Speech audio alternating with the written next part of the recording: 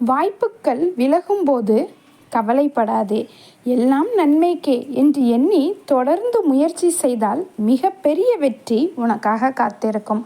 வீடியோவை கடைசி வரைக்கும் ஸ்கிப் பண்ணாமல் பாருங்கள். இது தன்னம்பிக்கைக்கான ஒரு சிறிய பதிவு. ஒரு கம்ப்யூட்டர் நிறுவனத்தில் தரை துடைக்கும் வேலைக்கு ஒருவன் விண்ணப்பித்திருந்தான். தரையை துடைத்து காட்டச் சொன்னார்கள். நன்றாக துடைத்தான். அடுத்து சின்னதாய் ஒரு இன்டர்வியூ.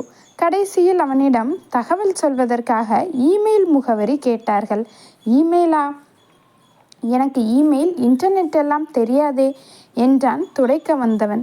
கம்ப்யூட்டர் நிறுவனத்தில் வேலை பார்க்க விரும்புகிறவனுக்கு இமெயில் முகவரி இல்லையா?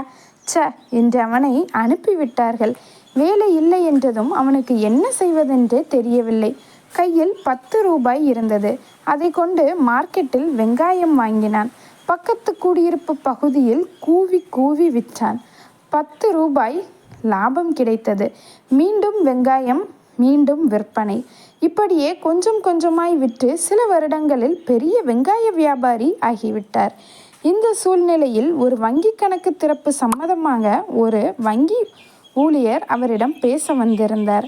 அவனுடைய இமெயில் முகவரி கேட்டார். வியாபாரி இமெயில் முகவரி இல்லை என்று பதிலளிக்க, இமெயில் இல்லாமலேயே இந்த காலத்தில் இவ்வளவு முன்னேறிவிட்டீர்களே, உங்களுக்கு மட்டும் இமெயில், இன்டர்நெட் எல்லாம் தெரிந்திருந்தால் என்று ஆச்சரியமாய் கேட்டார் வங்கி ஊழியர். அதெல்லாம் தெரிந்திருந்தால் ஒரு கம்ப்யூட்டர் நிறுவனத்தில் தரை துடைத்து கொண்டிருந்திருப்பேன் என்றார் வியாபாரி. அதனால் நமக்கு இந்த கதையிலேருந்து என்ன தெரியுது அப்படின்னா, நமக்கு ஏதோ ஒரு வாய்ப்பு நம்மளுக்கு கிடைக்காம போயிடுச்சு அப்படின்னா அதை நினச்சிட்டு கவலைப்பட்டுட்டு இருக்காம எல்லாம் நன்மைக்கே என்று நினச்சிட்டு நம்மளோட அடுத்த இதை நம்ம பார்த்தோம் அப்படின்னா கண்டிப்பாக நமக்கான வெற்றி ஏதோ ஒரு இடத்துல நமக்காக காத்துட்ருக்கோம்.